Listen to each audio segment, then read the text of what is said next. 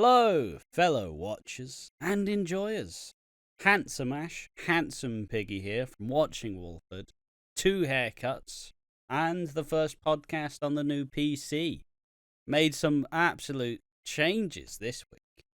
This is Watching Walford, episode 74, and today's episode is going to cover the biggest storylines and takeaways from week 20 of 2024, or the episodes from the 27th of May all the way to the 30th. The storylines we'll be focusing on this week are: Harvey is lonely, Zach can't forgive himself, and a cheeky little kiss between Lauren and Peter. Cindy's life collapses as she tries to play with fire, but gets burnt. And finally, Nish returns. He's dying. But who will get the last laugh? But yes, it's the Watching Walford podcast. It's episode 74. If you've been here for more than 2 weeks, you know exactly how this goes. The first half an hour shooting the shit. We've done a lot of shit this week, apparently. Everything's changed. We get filled in on that. We changed the little intro song, which, well, I'm just going to change it to a bunch of the different AI songs we made every week. Yeah, but the first half an hour is shooting the shit, and however long after that point is when we talk about the EastEnders. So if you're here for the EastEnders, skip to the half an hour mark. But if you're here for us, welcome, welcome. As is custom procedure. How you doing, mate? How you been? What you been up to? All the questions. I might notice something different. Yeah, I had a shave. Yeah, that's all I have. I have a shave. Then I went to the barber's. My barber was closed. He drives a motorbike, so he's not there. So I went to Dunn Stores. Dunn Stores has a little barbers for some reason. I don't know how to describe it. It's a big shop. Yeah. But there is smaller shops in there. Does that make sense? So it's kind of like a mall. Yeah, it's like a tiny mall. Yeah. Essentially, yeah, you're correct. And I went in there. The one thing I noticed, because my old barbers in my old town didn't have any. Apparently, barbers just have drinks in the fridge, and you can buy them. And I was like, oh, my dad had a look, and he said, "There's fucking Guinness in there, man. Got a fucking jug in the Guinness." Have a Guinness whilst you're getting an haircut. That's ridiculous. Yeah, like some barbers pull out beers. That sounds baller, to be honest. Imagine you're fucking sat there. I feel nervous. I feel nervous. I don't think I could actually have a beer whilst I was at a barber's though. I'm a bit too nervy. I'm not feeling it. I also didn't get my hair cut at the barber's. My brother did it. Now I get to see short hair Ash. It's bog standard, really. You can kind of see my fucking scalp, but who the fuck cares? It's what you get when you're having short hair. And with me having light hair, so. It's funny, it's funny because when I walked into the barber, she liked my hair, and so she literally grabbed every piece of my hair, yeah, and just went, "Hold on, do you want me to fucking tie?" She grabbed it. I'm like, "Are you sure you want your ponytail got off?" I went, "Yes." Closing time. You can't stay here. just slowly playing Finish closing your time. whiskey and beer. Or beer. Closing time. Just me crying the Julius theme. Just my hair playing Julius theme. Hold on, love. 10 seconds of Julius theme. Yeah.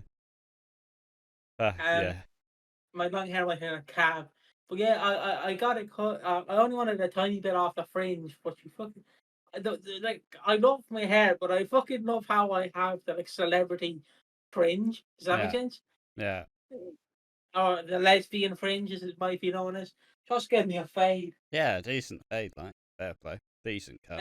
Yeah, Grafton Barbers. I'm not talking to myself. There are well-known barbers in Ireland. Hopefully. Fingers crossed. I can't wait for someone to go, "Found your address, mate." No, okay. Well. It doesn't matter. But yeah, I went to that barber's. It's a well-known barbers. Celebrities go there. Well, obviously not the one in my town, because who the fuck's going to a barber's in my town? It's all over Ireland. Yeah, so I just went in there and went, "Just give me She pointed to the man beside me, so I was like, I have no fucking clue what I want done. Because Yeah. you walk into bars, you're supposed to have like, Oh okay, I yeah, want yeah. It's this. supposed to be like, all right, two on the side, little off the top, easy. It's She just no went. fucking clue. She saw me shitting myself metaphorically. I wasn't actually popping one out. In the chair. Um, so she seen me like be nervous. Oh fuck! There's the man on the lawnmower. Here he comes. Yeah, she seen me nervous and was like, "What do you want?"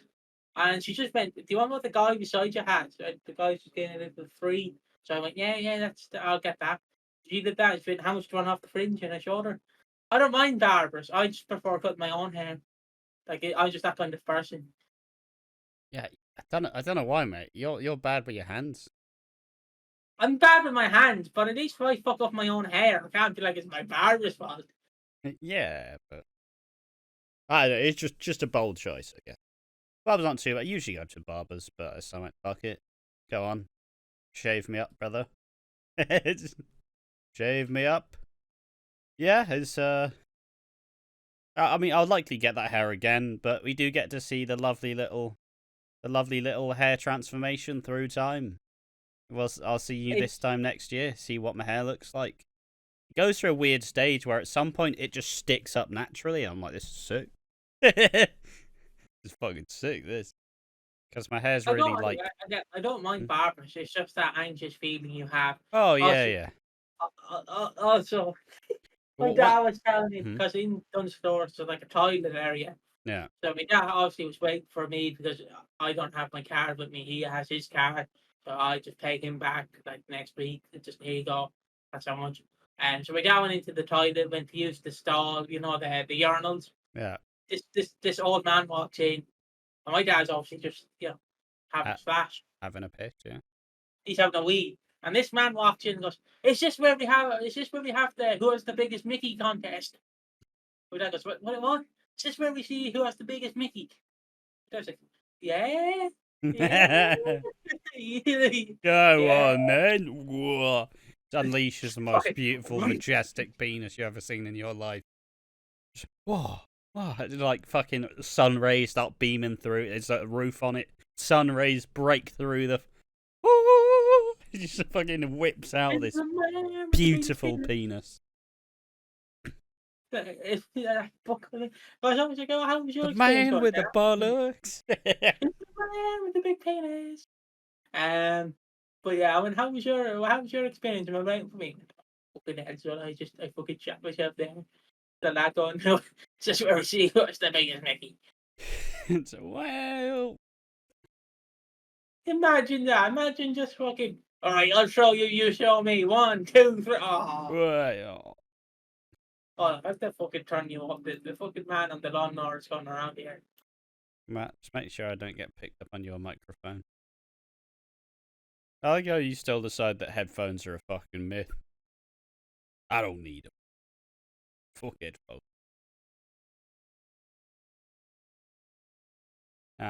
But yeah, I mean, also last week this previous week was you actually getting used to your PC properly, actually using it.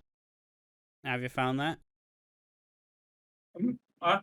You're not paying attention, you little bastard. I'm trying to pay attention. All I hear is. I said this was the first week of you actually like using your fucking PC properly. Yeah, it's my actual first week having a PC. Last week does not count, of course, for some reason. It was all the it kind of it does and it doesn't because it was all the setup period, right? Yeah. But yeah, how are you finding it, mate? So it was fun. It's fun having a PC. It's enjoyable. Obviously bought some Minecraft. So playing Minecraft Java Edition, which is fucking epic. Will you fuck off, London, man? Which is he's gonna come around. Just keep going, mate. Keep fucking going. Which is cool. I like Minecraft. Me and Ash were staying out at like 12 in the morning, fishing in Minecraft. Just two lads hanging out, having a rods fish, out and everything. But yeah, that's all I had to say. Yeah, that was my experience with PC. Was just playing Minecraft. Rods out. Yeah, no, fair enough. what have I done? I don't know much really. I had a bit more of a busy week. I kind of obviously I mentioned a bit. I was doing the commentary for an esport Counter Strike, and the team that we've been commentating, they fucking made it to the playoffs, and that means that the little like format changes. Usually it's like Usually they just play one map, but now in this in the playoffs, it's a best of 3, so they now have a potential of 3 maps. So it turns the day from what's usually like 40, 50 minutes, 2.5 hours. Fucking the day before, I was eating a grape, and then I don't know what happened. Everything just went wrong. I eating a grape, the grape juice squirted down me throat the wrong way. Fucking started choking for like a solid 3 minutes. Fucking, and then for the next hour, I'm just coughing my fucking guts out, and I'm like, how have I really been defeated by a fucking grape? is that really? Is a grape what's gonna get me down? And that's why we didn't do Who Done It. You know, all I'm saying is I'm glad this isn't like official work, because fuck me, I'd feel a bit embarrassed. No. Mate, why'd you? Why you not doing stuff today? You know, I had a grape earlier. Yeah, all right. Yeah, I choked on it. Sound. I remember because my dad usually wakes me up because he goes, "So son, you have to record my ass. You have to fucking record, son. Get the fuck out of bed, you lazy bollocks." Like, you know, you hype you up, and then I'm like, it's about 12 o'clock. I'm like, "Oh, fine, Ash text me about 10. Oh, I'll Yeah. stay in bed." I wake up and he's like, "Son, you're not recording my dad."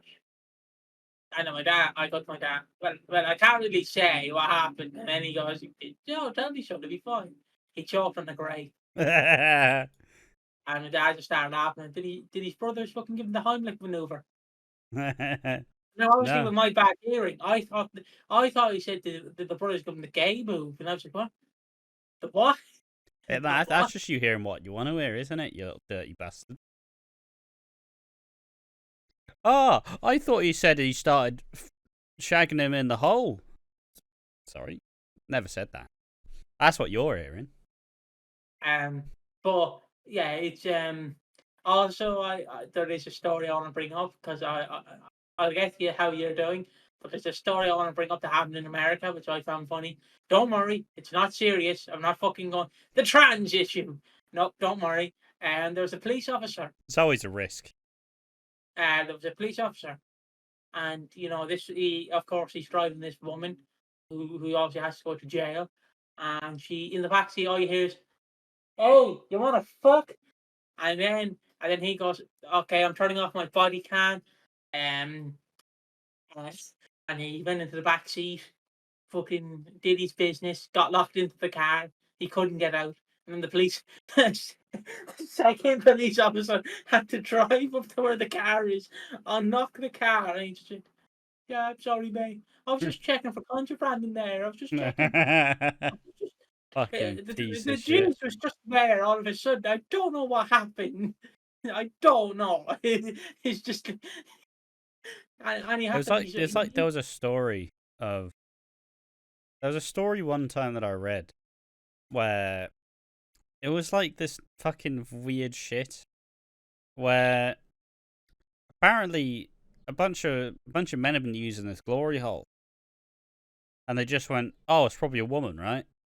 It was a man, and he was filming it, and apparently there was like 30 to 50 men all like. And then you see a picture of the guy. He's got fucking 5 o'clock shadow like all the way around. Like they just went, oh, baby, it's a bit stubbly there. Like fucking, they knew. They fucking knew.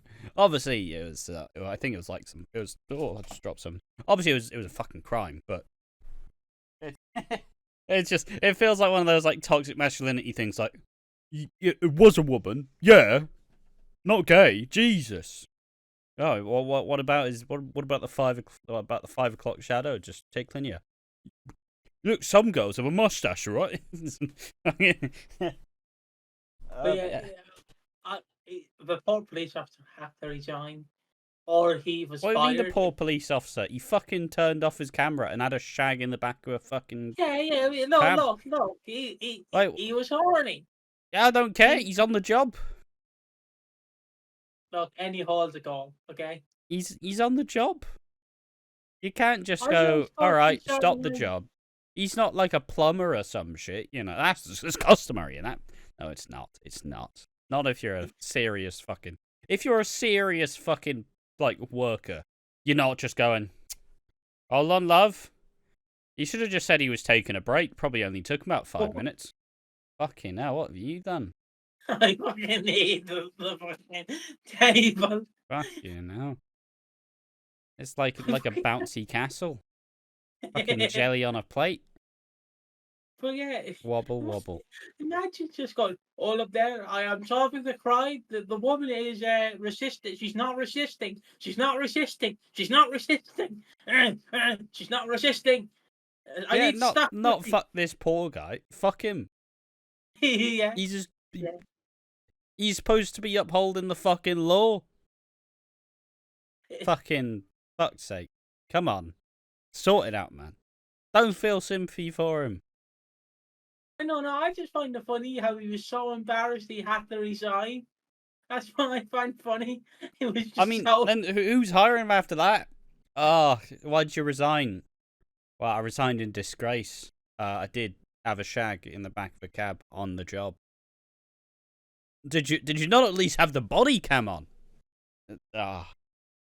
Oh yeah, That's all my fucking but shit it also jokes. confirms that police officers can turn the body cam on when they want. Because when the second police officer came and took him out of the car, obviously outside the police car. There was two of them. Sorry. And obviously the guy went, "Oh, my body cam's on. Hold on, let me just turn it off." And I'm like, "Surely you want to leave the body cam on, so you Well, can." yeah, but I mean, half the police officers don't want the fucking body cam anyways. It's just corruption in the police. Anyways, How have you been?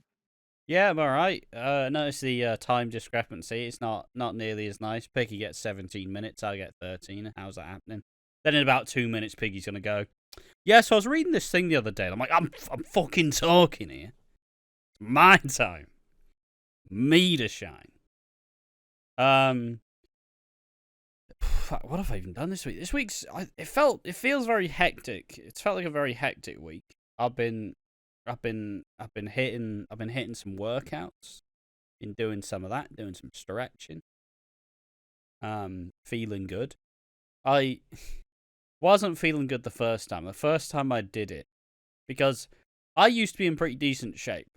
I was one of those pretty lucky kids where I gave PE absolute tits, so I was in fucking good shape, despite doing fuck all else. And like I was in really good shape for a long period of time. But obviously, once you stop having to go out the house each fucking day to go to school or go to college or whatever, or if you get a car, not me of course, like suddenly you're not nearly as fucking active, are you? Suddenly you start to get a bit lazy. You stop doing stuff. So the first time I exercised properly, and I figured it out. Before I just go and run on the fucking cross train and be like, yeah, sounds, do that for like 20 minutes. That's exercise. Then I added doing like sit-ups and press-ups into it. Did some squats. And the first time I did it, I thought I was going to die. I was just like, oh, fuck just sweating my ass off, not having any, like, muscles. Oh, it's fucking... Done it a couple more times, though. I will say it gets easier. Doesn't. It's still hard.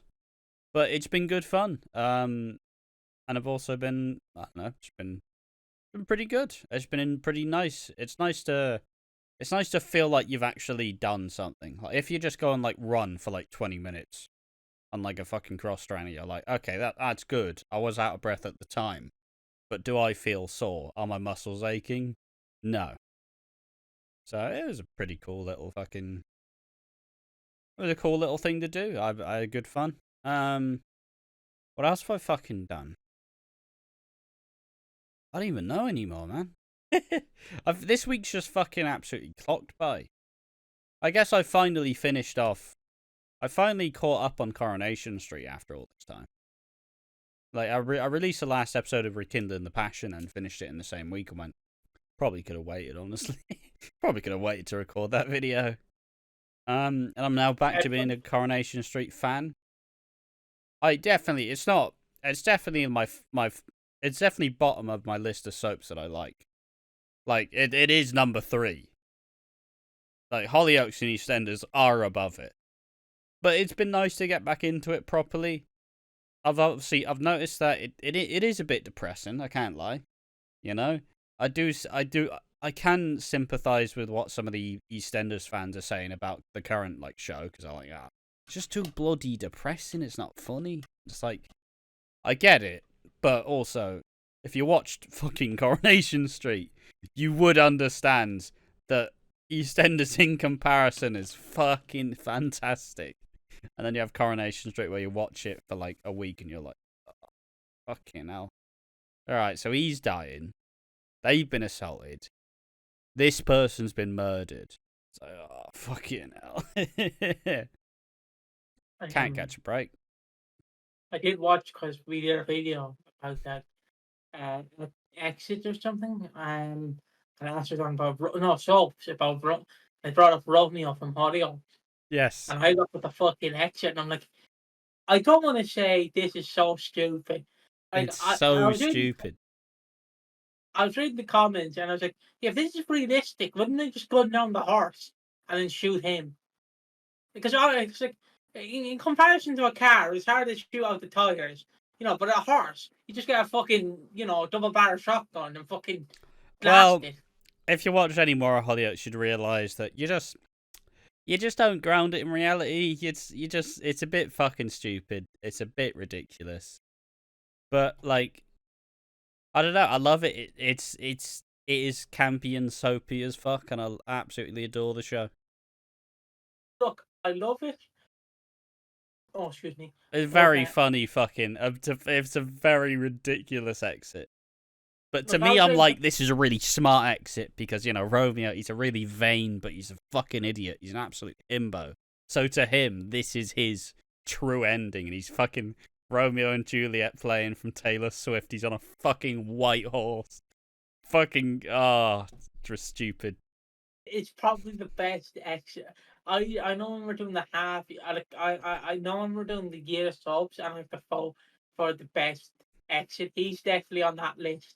Because like EastEnders, basic in comparison. Leaving a black cab, leaving a bus, I fucking love you, Walford. Him on a fucking horse, off in the sunset, fucking. Oh, it's so good. It's so ridiculous. I mean, at some point we should probably try just find the most ridiculous soap exits. I feel like it'd be great. Should just do a video like that in general. That sounds like good fun. Actually, maybe try show footage or something. But I think the one that will always be unrealistic because of how he survived, because of what we later know in 2003 is obviously Den's exit. He's shot into a canal. Yeah. But it raises more questions of how we got out of the canal. Because surely if it's realistic, he just starts Supermaning it up, just scuba diving outfit, just fucking.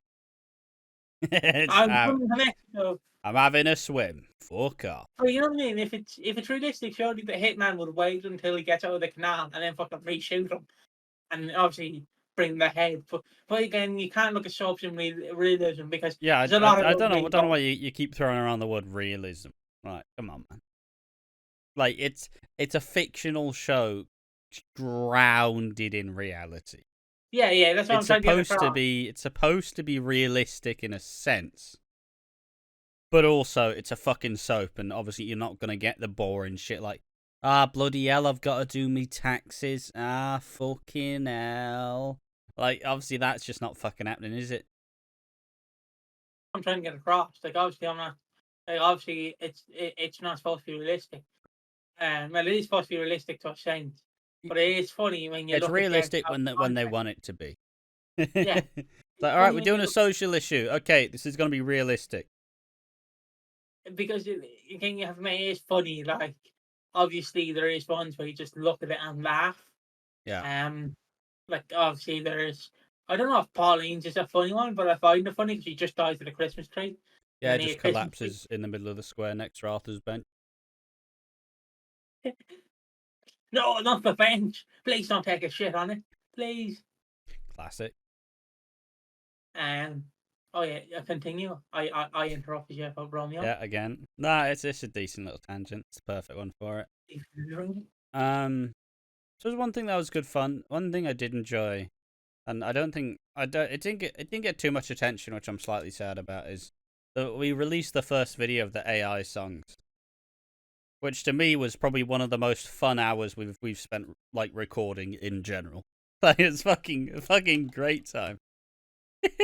Just making those fucking songs. Obviously, we had Big Bollocks Carter, an absolute gem. One that wasn't released is the fucking sad song about Ricky, where we made it seem like he has PTSD when he hears someone scream Ricky, and it's like he's just a lowly mechanic, and he can't deal with it, and like it echoes in his nightmares, and I'm like, oh fuck, that's just fucking perfect. That's such a good prompt. We have Pat and Peggy. There's just a lot of good ones. And yeah, hopefully that video does bits. Not even like viewership, but I just want people to be like, yeah, fucking love it. Is part 2 releasing, or you're not releasing part 2? I've not edited that yet. Well, that's going to come out in December 2025. I can make that joke. I'm a co-editor, and by co-editor, I'll make the TikToks. So, fuck off. Exactly. But yeah, I just did some shitty TikTok edits. Like the one I did there most recently. I don't know if the video's come out, but it's like how would EastEnders fix, or how would Reddit fix EastEnders, and obviously I started singing "Who If He Didn't Start the Fire," so I actually put that together 2 and 2. I don't know That if I one will was a release it. banger. Did enjoy that one a I lot. can't find the clip, but there's a clip where we're talking about Spuffer, or you call him Spaffer, and you're saying getting to do Babe Station, the Babe Station intro, and I just really want to release that because it's fucking a banger tonight on a very special episode of Babe Station. I also Of like the how fucking- on like the second attempt, he clearly just lost his shit, and he's just like, "What the fuck am I talking about? What is my life?" He was like, "Oh, can I bash his Discord? So like, if he has any funny requests, I could directly send to him." And I don't want to hand out his Discord just for personal reasons. Hope you understand, mate. I would probably ruin my friendship if I did that. Yeah, I'd take it. I hope he doesn't expect me to be mates with him. That's me all over. That's the best character reference I've ever been given. Just send a message. Fuck off. All right, fair enough. I'm just imagining him crying his heart out to you. You know, like I just can't go anymore. Actually, I just can't. I can't do it. Mate, you know, it'd be funny. Could you do the Barney theme song in your voice? That would be funny. Just like, Harrison, pour my heart out. Yeah, but I think it'd be funny. You know, the TikToks. Yeah, Yeah, no, we have a voice actor on our payroll, on the Watching Walford payroll. That is approximately $0.00. but yeah, no, sound. I like him. He has a good voice. You guys won't hear it, so. So all of the two of you who enjoy one more match will know. And then again, I haven't even clicked on those videos, so what the fuck now? There we are. Yeah, I don't appreciate my editing skills. Fade in and fade out. Exactly. I should, some would say maybe one day you actually start editing stuff like a proper editor, and then I just hand all the stuff to you. Easy stuff. The student becomes the master. Not that I taught you anything. Just all I hear, I'm just lying in bed. Fade in, fade out. Fade in, fade out. Fade in, fade out. Bass plus EQ plus 5 decibels. Easy. That's all you need. Well, I say that unless there is an actual video that needs editing. Like, I edited the AI songs a bit differently. I actually put a bit more effort into that, and obviously, the tier list stands alone as like the most lovingly edited video I've done. So, I mean, I did the music video for the Big Boris Carter. I still have to do the Ricky music video, but I'm trying to think of clips I want to include for. I tried to do a Dirty Kebab song, with Mo and the Dirty Kebab. yeah. But I couldn't find clips where she was eating a kebab. But I Yeah. did find the clip that me and Slater always joke about. Because there's a promo with Big Daddy. I don't know if you ever heard Slater talk about it, where he's fighting Oh, this, yes. where he's fighting this fucking wrestling, and the Big Daddy just goes, "We're gonna send him back to the desert." Easy, easy. I found the promo. And it fucking fucked me because Big Daddy's just standing there. I will say, The big- this is like a fucking 60s, 70s, 80s, like, wrestler. At the yeah, time. It's at the time. It's UK in, like, the fucking... When was his prime? it's probably the 80s. Prime Probably in the the 80s. Or the... Like, just... You know. Fucking... Just... Yeah, That's the reference. There we are. yeah. It's just I found it funny. I was like, seriously, I can't find the fucking match. And then I just googled like the snippet that they gave me. I found it was his last match. I know. I swear to God, I recommend anyone check out a Big Daddy match. Literally, you want to know his moveset, lads? Bellies. That's literally his moveset. He Yeah. just whacks you with his fucking belly. He's like Shrek. He just fucking goes from fucking whacks you with his belly, sits on you, That's the old smacks Kung the Fu belly in your Panda. face. Does the old Kung Fu Panda. Yeah, he also slaps the belly as well, you know.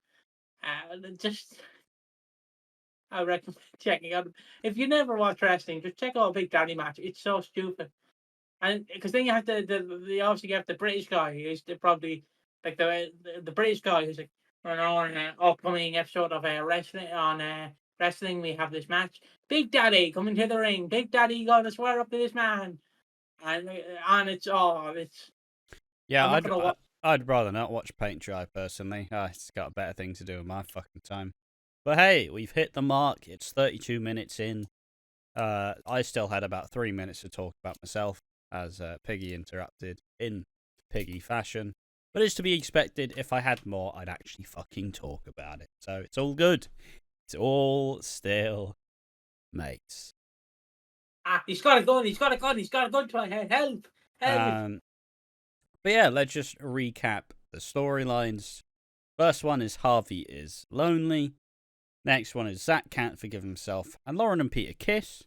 And Cindy's life collapses as she tries to play with fire, but gets burnt. Nish returns. He is dying, but who is going to get the last laugh? Whoa, excuse me. Fucking hell. Alright.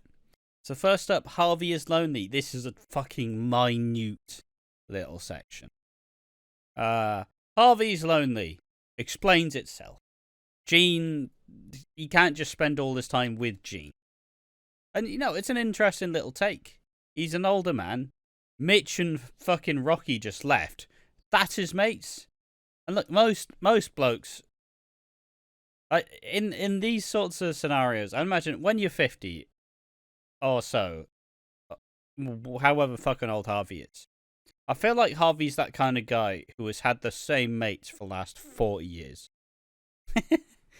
And they don't talk about anything interesting. They don't talk about anything important whatsoever. They talk about random shit, and that's it. Like, as someone who... I don't have too many friends, but most of the friends I've had for years, it's just like, yep, fucking, how's it going? Doing alright? Yep, sound. Now talk about fucking nothing, winner.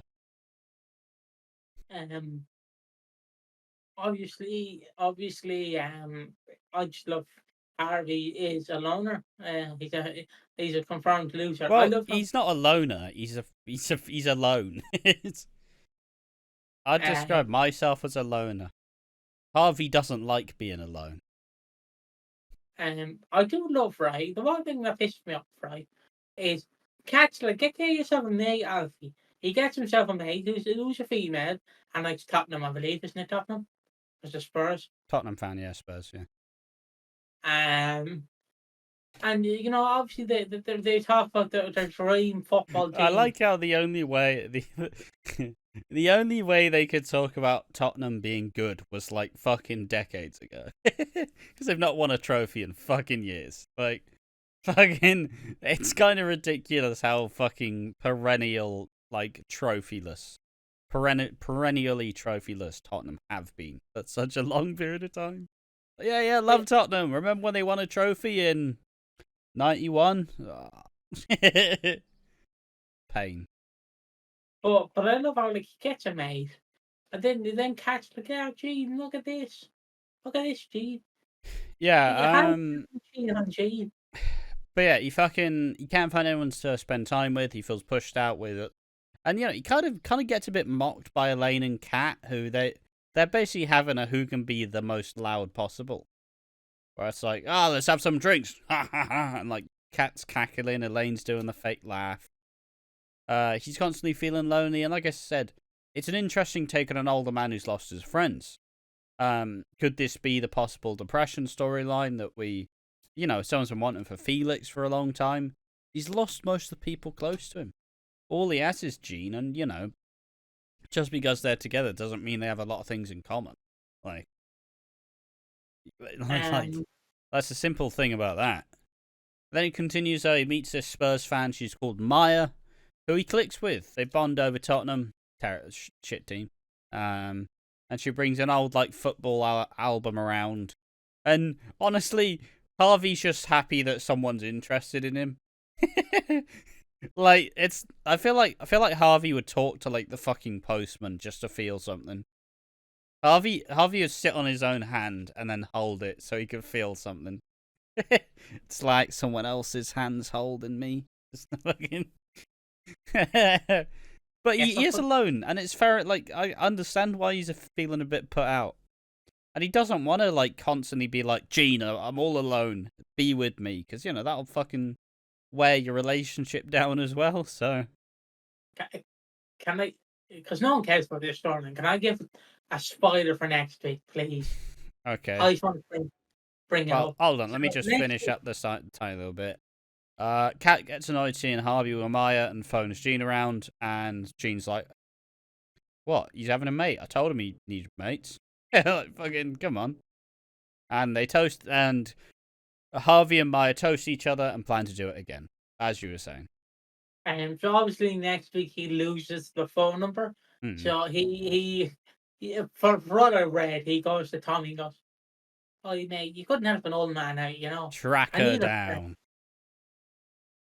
Drag her down, fucking on fucking motorbike. Get the dogs. Get the dogs, beautiful dogs. Get the hounds. Smithers. So obviously he tracks her down on 9, and then Maya's obviously like, oh, I see you were fucking snooping me on 9, and then obviously she leaves her hat behind. So Alfie goes back to Alfie. Harvey goes back to fucking go. Look, you left your hat. You left your hat here. And obviously she did the profile, locks him. And yeah, that's all I want to say. Harvey's turning into a stalker. He's going to be like fucking, what's his name? He's not going to be like Theo. What did she Dear do? Maya, right, you still ain't gone. What? She was on Doctors. Yeah. For 9 years, apparently. Isn't Doctors getting cancelled? Yeah, Doctor's been axed. So they went, all right, everyone, we've fuck all for you to do. You're all sacked, except for you, love. We need you on EastEnders. Come on. A relationship with Heston Carter dealing with partial deafness, supporting the children through various issues with the police, mourning the loss of Heston after shock death and being suspended from her job. It seems like she had a relatively soap time in Doctors. You're happy? Dead. Oh, fuck. Not really. Yeah, so honestly, I got nothing to say about that shit. Sorry. Harvey, I like Harvey. He's fine. I like this woman. She seems nice. Do I care about this storyline? No. Sorry. No, I'm different. Obviously Harvey's one of my mates. Like if Harvey needs friends, just give me a call. I'll join the shop. I'll be a friend to him. I know he's like 40, 50 years older than me, but fuck it. But like I love his storyline. I just love how Harvey was like me in primary school where I only had one friend. Yeah. One friend only. And then my friend would bully me because I only had one friend. And I'd be like, well, I don't like anybody else. It's just like you as a friend. I just want to be your friend. And except for my cousin, who was in the other class. So Harvey is me. I relate to Harvey. He finally found a friend. Hopefully, this friend then later in school when you're depressed doesn't send you a dick pic to make you happy. Did I ever tell you that story? Yeah, you told me that story. Oh, fucking. I've seen someone complaining because someone's decided that this Harvey story is going to turn to an affair. That's not the point. That's not. It's not implied they're going to get together. It's implied that Harvey's fucking lonely, and he's found a person who is just going to talk to him. That's it. All of them are talking about Spurs. Yeah, they're talking. They've clearly talked about Jean. They talk about her ex-husband, Dead husband, and I believe. and Tottenham. Like, that's not a foundation for a relationship. They're not going to cheat. And also, finally, let's not act like Harvey and Jean are some fucking lovely, delicious fucking relationship that everybody loves. Like, come on, man. I only have one fan. It was the excuse. It's an excuse to keep Harvey on the show. It's an excuse to give him some family. But also, I feel like that's someone's like conjecture. Like, oh, they're clearly cheating. They like each other's company. A man and a woman can't be friends. Yeah, they fucking can. Come on, it's not the fucking 60s. Grow up. But I only have one fan, and one fan only do Harvey and Jean, and it's me. I love that couple. I love Heen or Jarvie. Big Jarvie fan.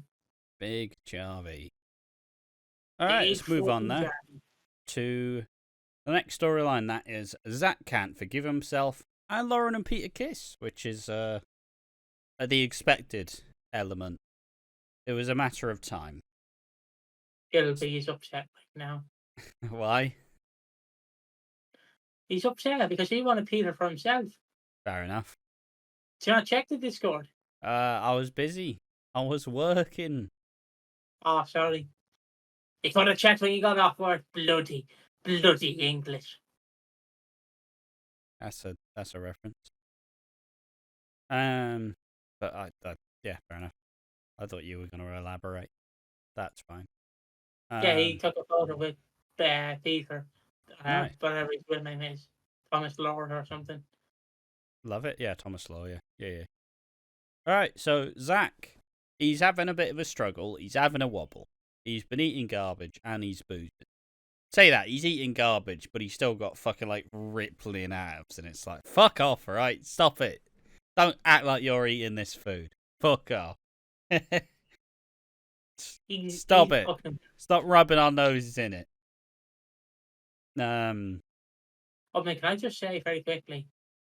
Do you know Fish Fingers are doing a promotion till the 30th of June where you buy 2 packs of Fish Fingers and you send off and get a Playmobil playset of a fisherman? What? Oh, you just say Fish Fingers as if that's the fucking... There are brands of fish fingers. Bird's eye, sorry. me and Big Fish Fingers need to have a conversation. Bird's eye are doing a competition where you get 2 sets of fish fingers, get them the receipt, and send off to the company and they give you a Playmobil set. So I just meant I don't care about the fish fingers. Buy me 2 packs of fish fingers. What's wrong with the fish fingers? I just want the playset. They're great. I'm 20 years old. I want some fish fingers now. Why have you done So, this? give me the receipt. I just went out to fucking Aldi before. I'm not going back out. Ruining Fish my day. fingers are great, though, It's aren't like they? how my brother was like, he was like, yeah, I'm just gonna pull out to Aldi. I'm like, all right, what are you getting? Fruit and a sandwich, all right, give me one. And he's just like, nah, only if you come with me. And this was him preparing to go as I've just made myself a cup of tea, ready to fucking have a drink. And he's like, I've just made this. Just fucking made this cup of tea. You're taking it away from me. And then we get out the door. And he's like, are you going to bring the bag? Just as the door fucking shuts. I'm like, your timing be any fucking word. Fucking stop asking me these things when it's too late. Getting my hopes up. Where's my fish fingers? Where's the fish fingers? because I just got the fish fingers. I don't give a shit with the phone. I just seen the birds I claim up here to play yet, and I was like, I'm 20 years old. My dad was like, would you like to play yet, son? What's wrong with fish fingers though, mate? They're great. Yeah, Pop no, them I in a don't mind fish sandwich. fingers. I just found it funny. I was in Tesco yesterday, and my dad was like, "You want to play yet, son?" Yeah. Oh yeah, okay. I'll buy the fish fingers. I'll buy the fish fingers so you can get the play set. I like it. You have your own money. You're still making your dad buy the fish fingers. Oh, I know. I'm not It's part of fucking the shopping. It's part of the shopping. It's all right, mate. I see you. Wasting money. Pay for your own fish fingers. You fucking child. You want this Playmobil? You are gonna fucking earn it. All right. That's enough of that. Zach's struggling, as you said before. Ravi offers him a few days off. Cindy's causing problems and keeps making digs at Lauren. And Peter tries to support Lauren by offering a day at Beale's Eels, but Cindy yells at her literally the second she gets through the door. She says as soon as Lauren finds something better, she'll dump everything on Peter again. And that's when Felix calls Lauren to help Zach. And fucking Felix was having none of it. Why'd you call me? No one else gonna fucking do it. Just being really snappy with her. Understandably so. And then she's caught hugging Zach as Zach's all drunk and emotional, which sets Peter off. Cindy spots this and laughs as Lauren tries to help Zach through his self-pitying drunken stupor. He goes to kiss her and gets angry when she doesn't reciprocate. Which is... fuck you, Zach. Come on. Sort it out. He gets angry when he learns that she called him a cheat and said he would have done it with someone else. And then he decides that Lauren is the reason that Whitney left. And he rages at her, who fucking walks out terrified. I'd be fucking terrified. Seeing the size of him. What song do you reckon he listened to through his breakup? It had to be Simple Plan's untitled song, doesn't it? How could this happen to me? No, I bet he listens to something really basic. The Beatles, Hey Jude. Hey Jude. He just listens to... What's the most... The Beach Boys. Man, I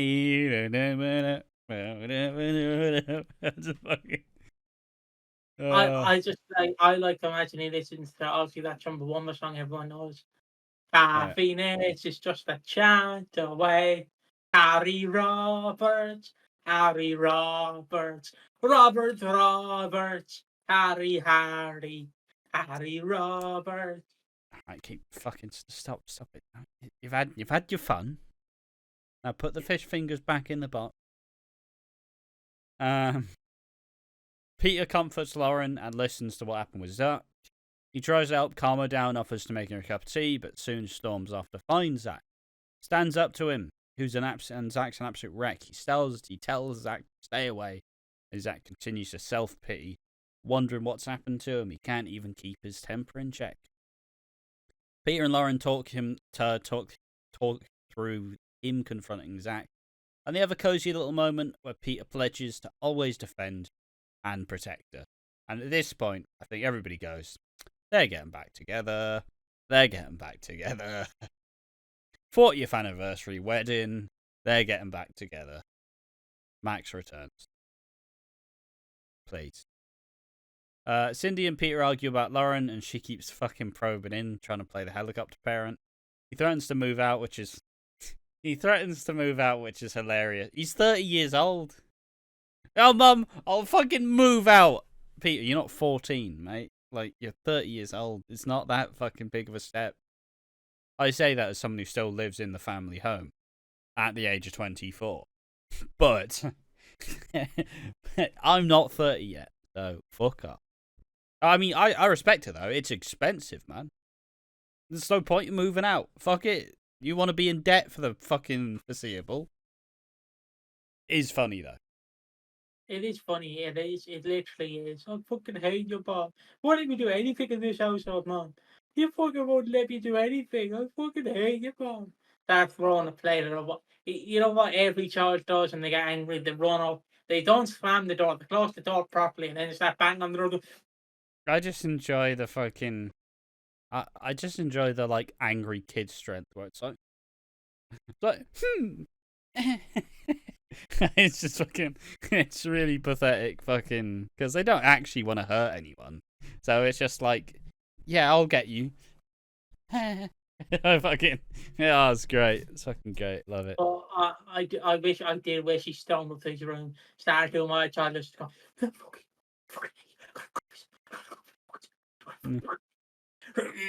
It's furious. But yeah, also, obviously everybody's angry at Cindy because Cindy is doing this while still actually trying to get with George. Like, shameless. Shameless is the word. And I will say, I don't need to get into this now, but just as a statement, I actually feel like people are starting to like Elaine now. Like, it is in the absolutely worthless currency of hate Elaine, hate Cindy. In comparison, she's more liked. She may not have all the fans, but she definitely has some of the fans. She wasn't beloved by everyone, but she was loved by everyone.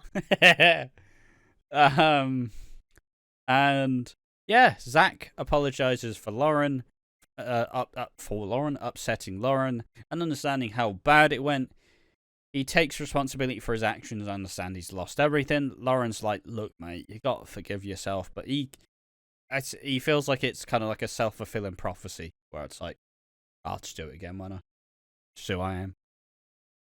And Martin talks around Zach, and he offers to move in with him for a little bit, which sounds like good fun. I do hope we get some scenes of Martin and Zach living together in the little flat. It does sound fun.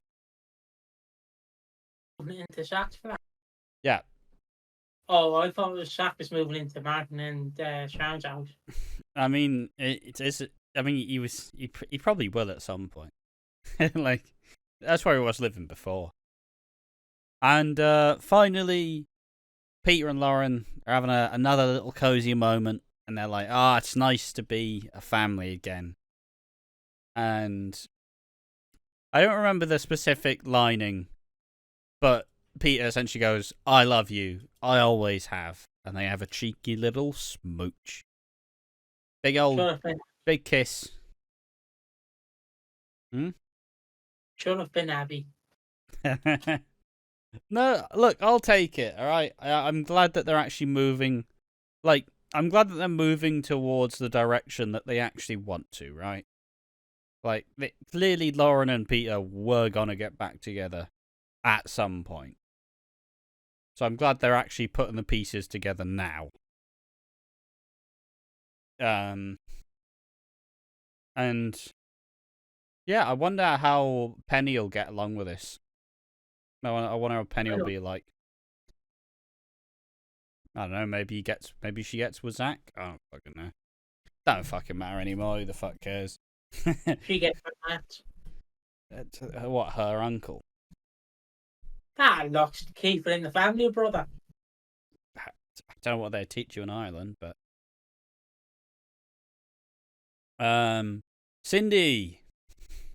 Cindy's life collapses. She tries to play with fire, but gets burnt. George is spending a bit more time in the Vic, which still upsets Elaine. She's a bit too preoccupied with being upset at him as he keeps trying to smooth things over. And Elaine keeps him at arm's length, but Gina suggests, like, maybe you actually allow George to try get past this. Like, maybe it's time. And she's still like, nah, fuck you, mate. Not dealing with your shit. Fair enough, honestly. Like, don't blame her for it. And sorry, I'm just getting distracted by shit on my computer. Fucking stop that. Fucking, we do get the fucking probably the funniest scene of the week, where Phil and George are deciding which Fast and Furious movie they're gonna watch later. It's between Fast and Furious 6, 7, and 8, and I'm just imagining, because everyone knows the last great one was 7, depending on how you ask. Well, the majority say 7 because 9 they go to fucking space, which is hilarious. But I'm just imagining they recreate the last scene everyone knows, the iconic scene from 7, where it's I forget what Vin Diesel's character in Fast Furious Scott, but it's like Vin Diesel and Brian, aka Paul Walker, in quotations, his brother, Paul Walker's brother, and obviously they're doing the whole "I live my life for a quarter of a mile." And then like he drives off one way, he drives the other way. I'm imagining George and Phil, two toy cars. Yeah, fucking definitely be a. But it's just like I said, it's fun. It's fun for Phil. It's fun for Phil to actually have a mate. Honestly, like it feels like it's been so long. Everyone has a mate but Harvey. Yeah, true. Yeah, they are actually they're actually giving everybody friends for the first time in a decent chunk of time. Like, Jay's got Gina, like, everybody's got a mate. All right, I do have a question, right? Alright. Any movie you watch, what scene would you want George and Phil to recreate? Any scene you can from any movie you watched.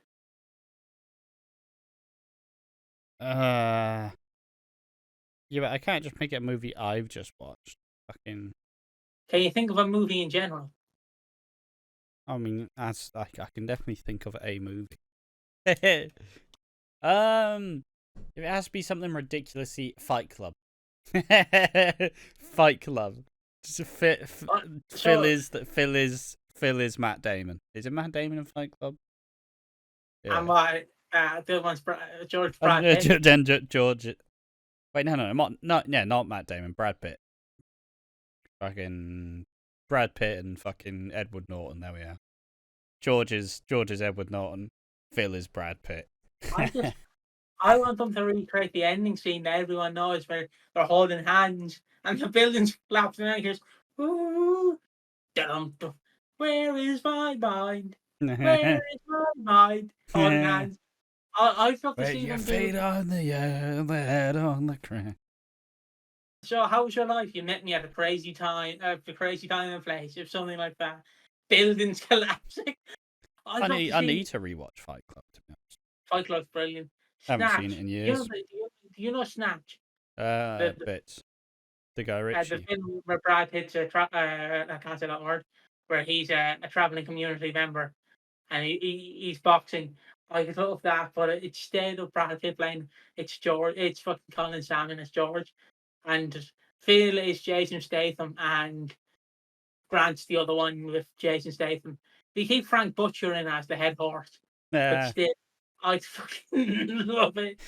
Does sound like good fun though. But yeah, I got nothing else interesting saying that. Like it's fucking in the bushes playing by Oasis, while he's just beating up the people. Oh, it'd be great track.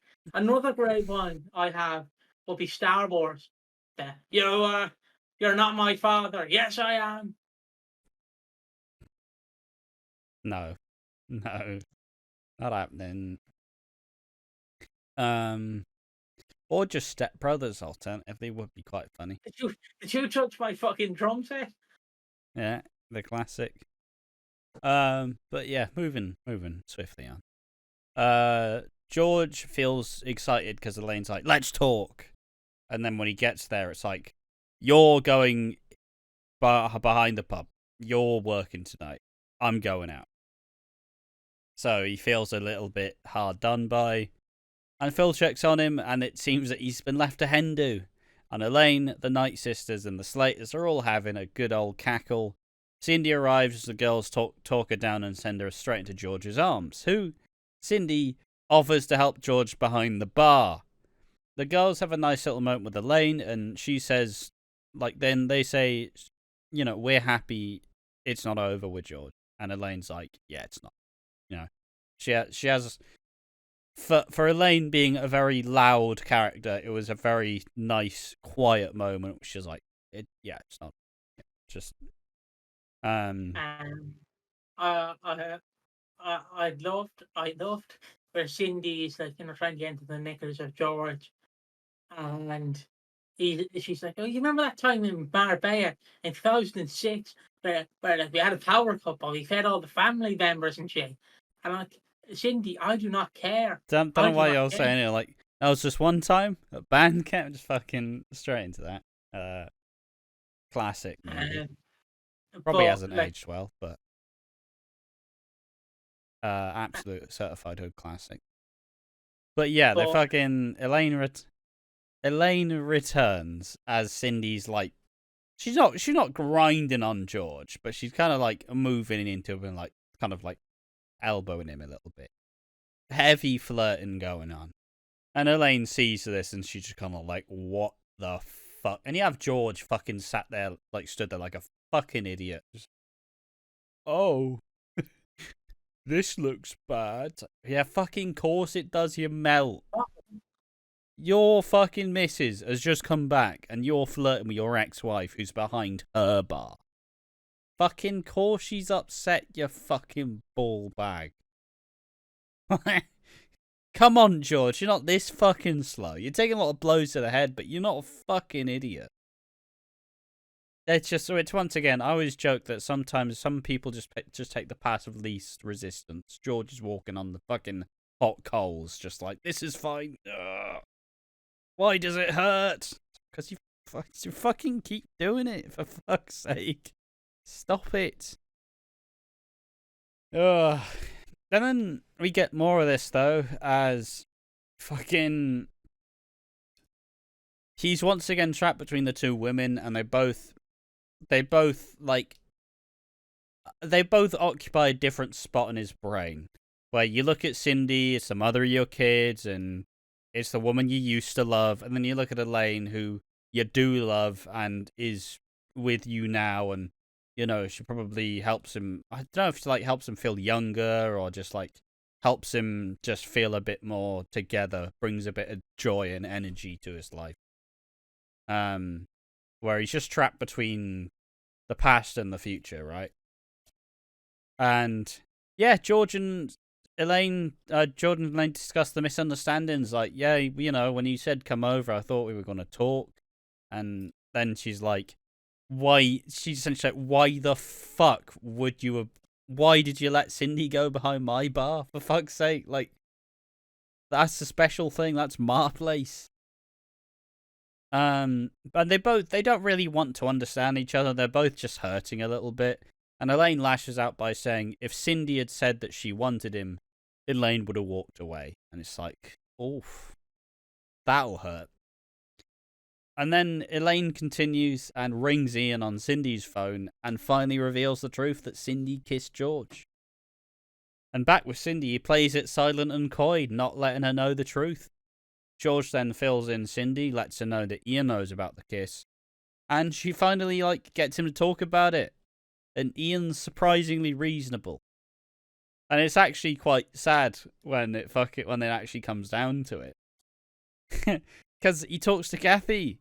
And Ian's just like, look, I'm 54 years old. If Cindy leaves me, I'll be on my own. She reminds me of Lucy. And it's like, oh, Ian, fucking hell, man. How dodgy's your fucking self-esteem? Like, it's not like you've had problems attracting women, Ian, for fuck's sake. Like, he's been married 5 times. But it's just like, man, that's it. Like, poor Ian, man. Poor Ian. I mean,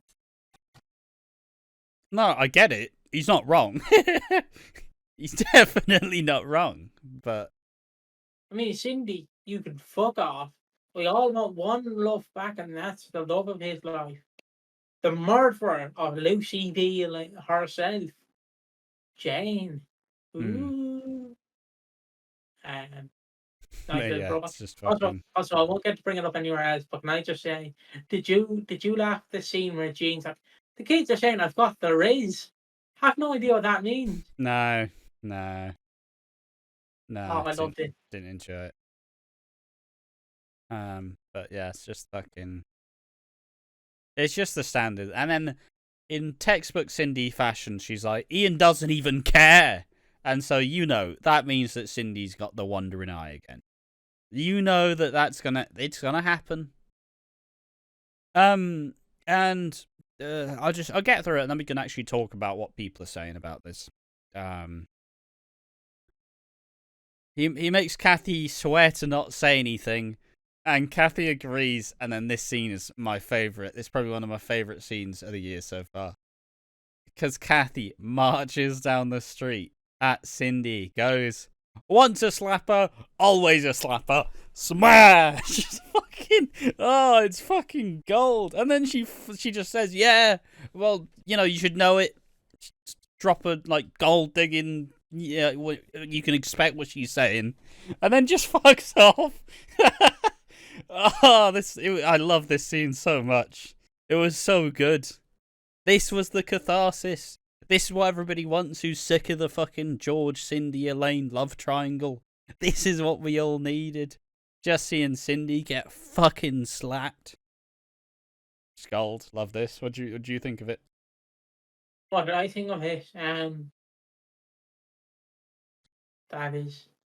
It's a brilliant fucking line. It was too early in the morning, but I did laugh. Once a slapper, always a slapper. Smash, just fucking. So I think it was in today, as in Thursday's episode. Correct me if I'm wrong, but I was half away, and then I got chicky filter on, and I was happy and it's slushy. So yeah, but I didn't mind this scene. I honestly loved it, and I just want to acknowledge Kathy got the cafe for £1. Yeah. We get into that in a bit. But Cindy is obviously eyeing up George, how I up my local Chinese's spice bag with extra chicken, and then he puts about €6 extra chicken in it, and it's like, oh, man, I'm a fat bastard. What are you doing that for? And he's like, once a customer, always a customer. So yeah, I laughed out. I zoned out of that. What the fuck do you actually say? I said that it's like Cindy's eyeing up George, like I eye up a spice bag from my local Chinese. Once a customer, always a customer. Okay. It's just you said something. I'm like that. I'm just like, was that something ridiculous? I've just laughed at. Just fucking. But yeah, just Cindy, and she keeps fucking lying to herself as well. Like, oh no, I love Ian. Ian's great. Love Ian. Great cock. Love Ian. Fantastic guy. Biggest cock I've ever seen. And yeah, so where are we at? Yeah, this upsets the girls, and Junior tries to play peacemaker, and he talks Cindy around whilst Elaine gets to dish the news to George, who with no fucking idea. Junior gets the girls and Cindy to try and make friends, and they try and listen to Cindy. But she's fucking lying. Like, George wanted as much as I did. It's not my fault. I didn't mean to kiss him, but I did. And Judge George. It's like, yeah, but Cindy, Cindy is the one who's in the wrong here. Obviously, George has still got some feelings that he just doesn't want to talk about. But yeah. And then fucking. They just say, fuck this. If you're just gonna fucking lie about it, there's no point. Like, what the fuck are we even trying to hear you out? It's like saying, like, all right, I'm ready to apologize. I'm sorry you got upset. And it's like, oh, just fuck off then. Just fuck right off. And then Cindy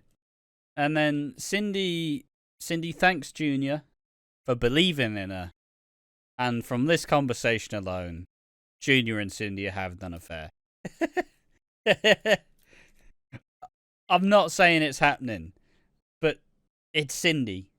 She is a person of habit. The second that she feels like Ian's not giving her what she wants, like she wanted Ian to be like fucking raging and angry and furious. But he wasn't. He was just indifferent as far as she knew.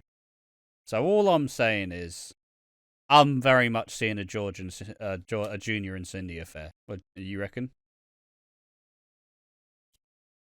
Trying to get a drink out of nothing. What do I think? I honestly think it will happen. I don't want it to happen because I think Xavier and that other lass are Monique. great on the show, and I just don't want to see them getting hurt. But Bianca might spill the beans that George Jr. had a shag with her, but I don't know. I don't know why Bianca's still on the square. We will find out next week. So yeah. But regarding Junior, I don't mind it. I will be excited to see it, but a part of me does not want to see it because I mean, I just don't want to see the girl being hurt. Yeah, fair enough. Plus, this comes across wrong, but literally that's like going with George Jr. It's like when you want to buy something off an official site, but you can only get it on Wish or Temu, and then you fucking buy it on Temu, and it's like that on you. It doesn't even fit. It's like very baggy. Like, you know, it's like you order George, but you get George from Wish. But you ordered George, but you got George Knight Jr. instead. When you want Terry, but you get Terry Jr. When you want Todd and you get. But yeah, if it's one of those, it feels like there was that little spark. It was there. Cindy loves an affair. She loves it, and if she can't get with George, Cindy will get with George's kid. Like, come on, Cindy, for fuck's sake! Like, of course you fucking will. It's who she is. Then it kind of ends as Anna gets mugged in the street, which is not ideal. Junior chases him down. Yeah. Anna gets mugged. That's it. I was disappointed in this scene. Why? I heard, like, mugged. She's getting mugged. I'm like, oh, fuck, they're going to shank him. They're going to shank her, or, you know, fucking right hook her, you know, fucking, you know, punch her or something. No, this was grabs the hand back. What happened to real crime in EastEnders? What happened to real crime? I mean, why would you attack someone? You just want their bag. Why would you attack someone? You just want the bag. You know, to distract them. You know, hand them flowers, and then don't need to fucking distract them. Just give me your bag. There's the bag. Easier. Yeah, but I want some Looney Tunes stuff. You know, you were talking about realism earlier. You give them flowers, right? Hear me out. And then you hide your fist behind the flowers, and they accept the flowers. You know. Yeah, but you're telling me they can't see you holding your fucking fist up behind some flowers. Yeah. They're done. I don't know what you want, mate. I want realism. You're still thinking about that fucking Playmobil set, aren't you? He's had the slushy. He's fucking podcast time. I think of Captain Fisher. I'm gonna pay attention to the stuff that I want us to talk about, and then I'm gonna fucking stop paying attention. I see you. No. So Nish's return. He is dying. And he makes his grand return. He delivers the divorce papers. As of Monday's episode, they are officially divorced. And we also get to see a nice bit of. Did you catch the reason why Suki's on crutches? In storyline, it's because she was raving in the mosh pit and got injured. Yep. Which was a very nice little touch to Suki and Eve's first date. Because obviously Suki when talking about her family, obviously she's a fucking metalhead, which is great fun. So she was moshing in a fucking mosh pit at a metal concert. Like, they're living their best life. That's all I'll say. Like, yeah, great stuff. But obviously she got injured in real life, so they had to write it in. Some people missed. I just spent. I guess it's different because I have to take notes on the episodes. Well, I don't have to, but so I take notes on the episodes. So I catch everything. Nothing goes past me. I'm the man. But like the amount of times I'll see someone being like, I don't understand what happened. It's like they fucking said it in the episode. For fuck's sake, just listen. Listen. That's just me being a little moany bastard. That's fine. Suki brings around the family to make sure that they know that Nish is back. They all try to figure out why he's back, and then they try to figure out how to avoid him. Ravi promises Suki that she won't be caught off by Nish again. And then Nish immediately says, well, the family don't want me. Avani! Hello! Let me back in. Okay. And we see that Nish is a lot more dialed back than usual. Like, he's a lot more breathless. He's a lot more, like, reserved. It seems like he's holding something back. And he says he has something important to tell the family. And when Ravi goes to throw him out, he reveals that he's dying. But, oh, shit, all right. And now this makes more sense when they were saying, oh, Nish has got a really interesting 9 months ahead. Which I think I don't know if he was supposed to spend like 2-3 months off screen. But if it was a choice, 9 months from now, is that not like fucking February? Roughly February, yeah. So it could happen in December. Could roughly culminate either at Christmas or the 40th anniversary. I'll get into what my theory is going to be, but what I'll do is I'll leave you with a little hint. He begins with a D, starts with a B as well, his last name. And so you'll understand now in a minute when we get through. I don't know what the fuck you just said, so. The curiosity is, I was just mumbled in my brain, so who the fuck knows what you just said? Apparently his heart's failing, and his next protocol is trying to get Priya on side. And look, I'm not saying Priya owes Nish some gratitude, because obviously knowing what she knows about Nish, like, you know, being a domestic abuser, being a fucking, like, pretty much being an abuser of women. Understandably, she's like, fuck you, I'm not on your side. But I can also see it from the side where he did give you a fucking place to live and a job. But yeah, it's just one of those things. Oh fuck, I forgot to talk about it. I forgot to talk about before. People fucking hate this George, Cindy, Elaine triangle. They are fed up of this shit. What do you reckon of that? What do I reckon fans, what they think? No. Just like, are you fed up of the George, Cindy constant fucking cycle? No, it's a soap. Yeah, fair enough. I can understand why people are getting upset by it. I can, but I also feel like it's serving a good purpose. Like I said, I'm seeing a lot more support for Elaine, and I'm seeing Cindy get more fucking abuse. And look, Cindy was teasing.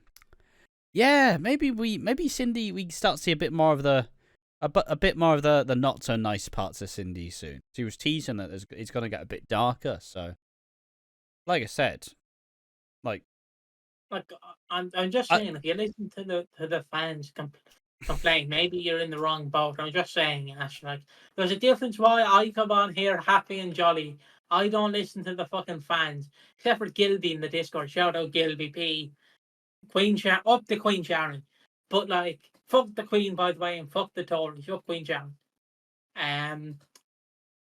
Make me do military. But I don't listen to the fans. Like it's not my. I don't care. Yeah, I yeah, understand but you're saying from the yeah, perspective but of. I feel like I feel like I have a duty. I have a duty to see what people is Yeah, thinking. you can, but I I just think have you can't to, go in here. So, what the you know. fuck do you think about the fans? I don't care, mate. The Red Well, fans I are never wasn't going to even be asking you happy. about the fuck. I was asking you what you think about fucking this storyline. You little All fucker. right, Well, yeah, but you said, oh, about the fans. I went, no. You fucking yelling at me for. no, yeah, no, Why I the just fuck are you saying? What about the fans? 'Cause I didn't fucking ask you about the fans, for fuck's sake. What did I ask you about? I was thinking of playing on being said. Your opinion on the fucking George, Cindy, Elaine, and fucking Ian triangle. And you went, here's my opinion. Here's what I think about the fans that I wasn't fucking asked about. Why the fuck you asking me about the fans? Fucking come on. Fuck's sake. I'm retracting my statement. I guess. Fucking. I'm covering all the bases. That's what we do. We're an EastEnders discussion show. You gotta discuss what people are fucking talking about. Jesus. Fucking hell. Alright, I need I need a drink. I need to calm down. Jesus, me boy. Who started this channel? Who fucking started it?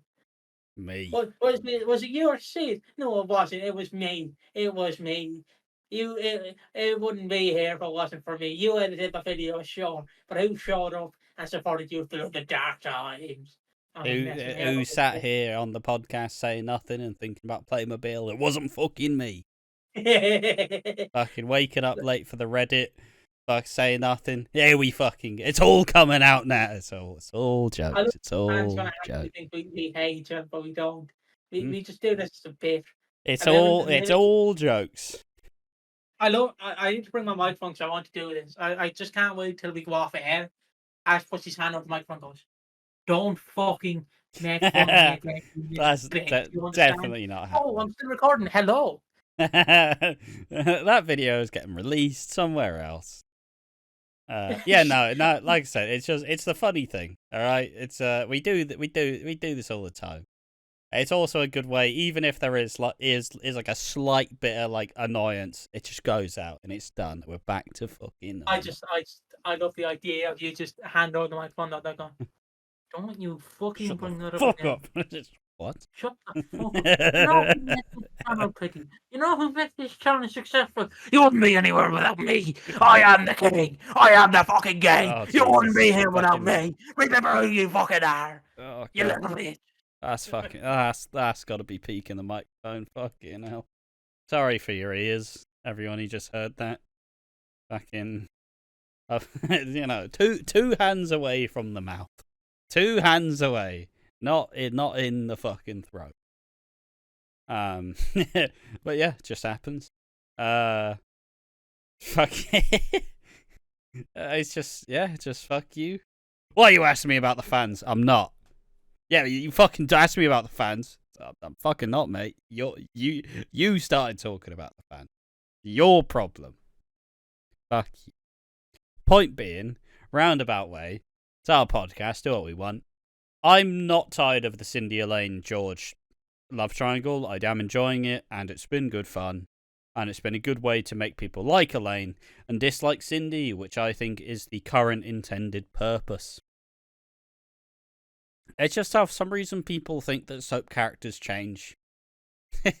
It's like when Janine comes back, is Janine not gonna be Janine? No. The character's already established. When Bianca's back, is Bianca gonna be a more adult, toned down Bianca? No, she's Bianca. She's a fucking maniac. Like, it's just. We also found it, folks. I don't know if the figure's released. We have found it. I have found it. I have done my research. The Janine Butcher sex toy does not exist. But Charlie Brooks does have a sex toy out. I will be buying it to review it on the podcast. I'd honestly get one and just put it on display beside me. So like, Not I allowed. just randomly bring it in. Not allowed. Ooh, there it is. Look at that. Ooh. Oh, but yeah, let's fucking carry on. Where the fuck even are we? Jesus Christ. Nish. Yeah. Reveals he's dying. So, all right, back to the Nish stuff. There we are. That was a little tangent. I wanted to talk about it, but forgot. Ravi. Yeah, Priya rejects his sympathy. Ravi kind of talks him outside, gives him a hug, and says, "If you go near my kids again, it won't be your heart that kills you." I don't think his heart will kill him. I do think he'll just die. Like, well, maybe, I don't know. He could have a heart attack. I don't know. I feel like he's probably going to have the Derek Branning exit in a sense. Exactly, that's what I was going to get to. That's what I'm imagining. And he said it's going to be divisive. So I do genuinely believe it will be Nish trying to do the old Stevie Mitchell, trying to get his family on side. But also I feel like in true Nish fashion, he'll show his true colours and then will fucking die. But in a way, he'll have I think he'll have a lot more sympathy, though. I do think he'll be a lot more sympathetic than Derek Branning's was, who was just like, "Fuck you, Derek, you prick," and just dead.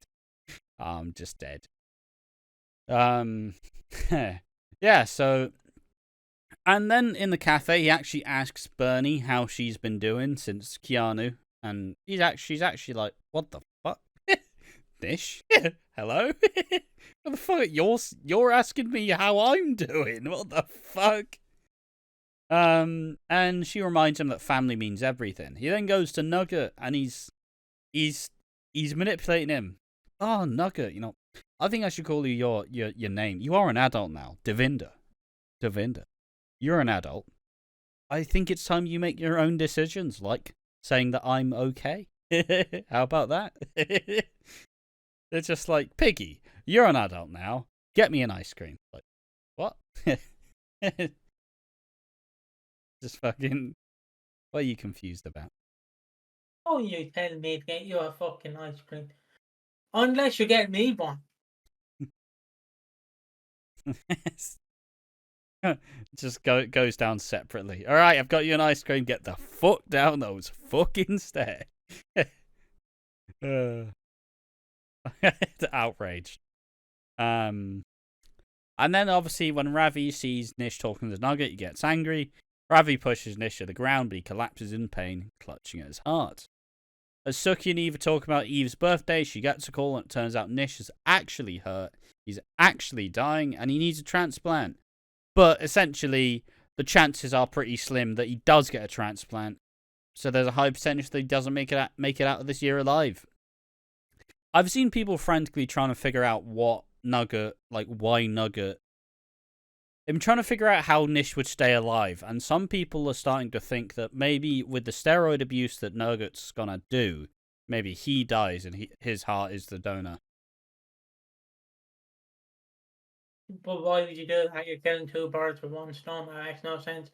I understand, but Well, it's obviously the transplant would fucking, it's transplanting Nugget's heart to Nish. Nish stays alive, Nugget dies. Nugget dies from steroids, like abuse, and I don't know. People are frantic to try and find a storyline for Nugget. I can't lie. It was like this time last week they were saying how Nugget is actually gay and he has feelings for Denzel, and it's like, I don't know how you've read that one, but sure. But like, I'm pretty sure this has been scientifically proven. It's probably killed him, but it brought him back to life. Can't they just transfer a pig's heart to him? I don't know.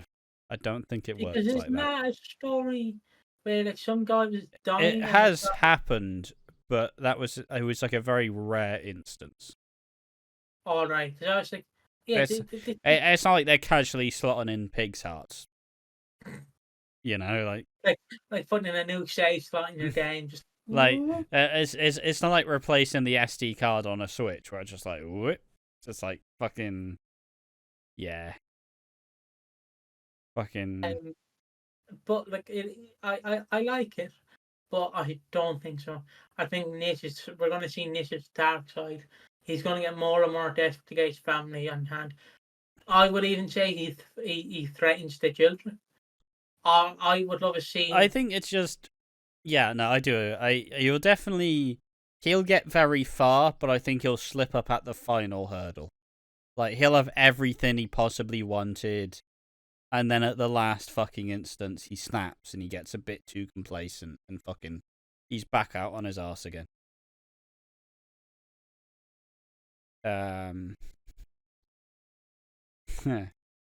So yeah, it's like I said, it's, I don't know if I don't know where the 9 months is coming from. I think it was an interview that Navin Chowdhury did, but I could just be pulling out of my ass. I think he said 6 months.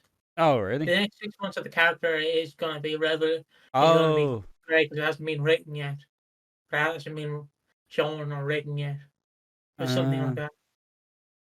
EastEnders Star says Nish his return will be divisive. Does he actually say it? He did say it. I know he did. Yeah, he did say it in one interview. It's just, yeah, I can't be bothered to.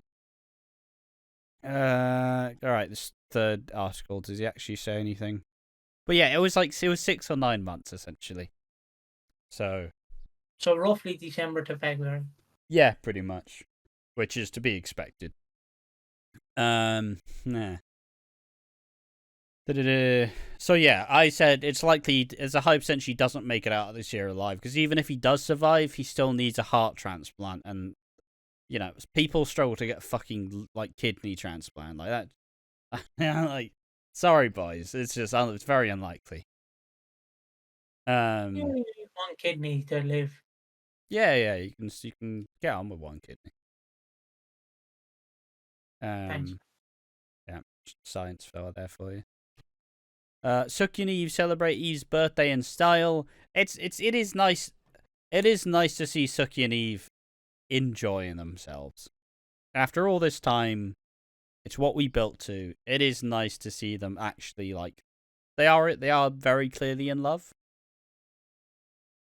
I still don't like people talking about Bal and Heather, for fuck's sake. Just talk about the character. It's the least favourite part of shipping. Ship the characters, sure, to one extent. Don't get a bit too obsessed with it. But hey, we all have comfort characters. I get it. I've been there. I've had those characters. But also, don't get obsessed with the people behind it. Like, at some point, it borders the line. And I really don't like it. I mean, we got a Ben Mitchell fan comment, and I remember I went down to my dad and I went, you won't believe it. You won't believe it. And I was like, oh, so you found 50 quid or something? No, you won't believe it.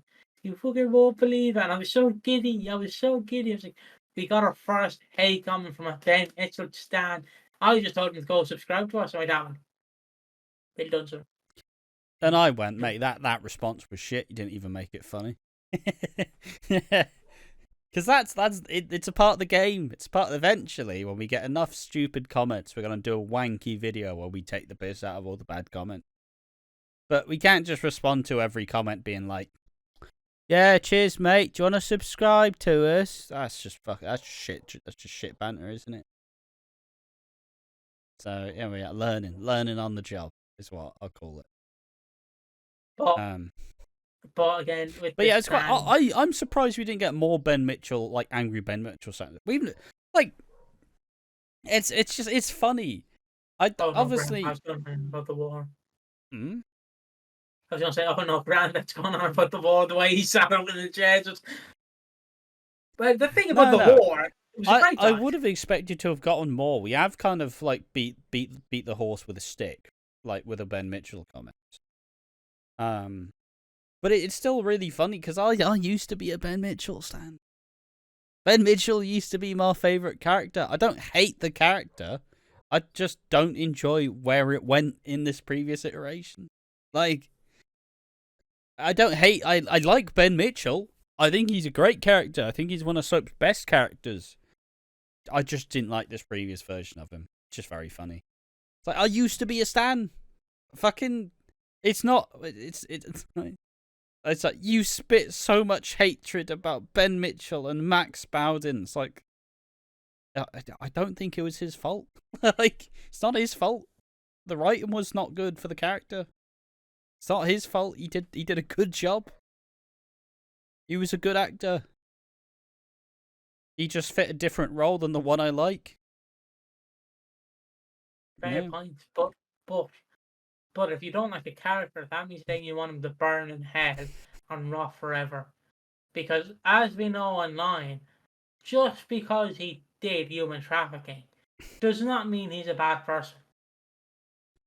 Yeah, it did say, you are hypocrites because you spit so much hate against Max Bowden, Ben Mitchell, and Ballum on YouTube. It's like, guys, I was one of you.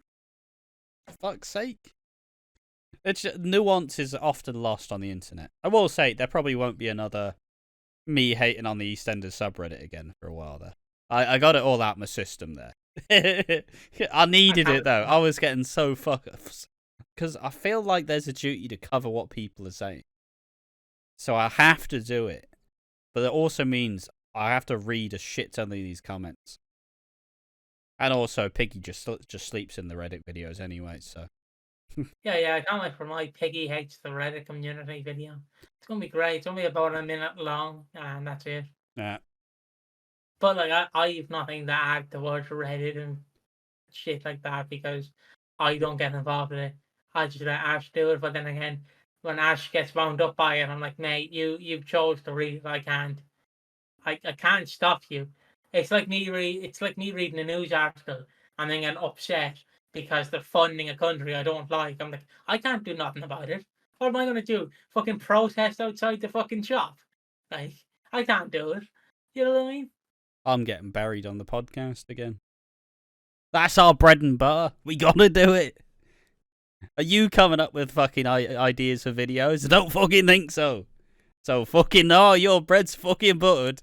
Shut the fuck up. Sexiest EastEnders character.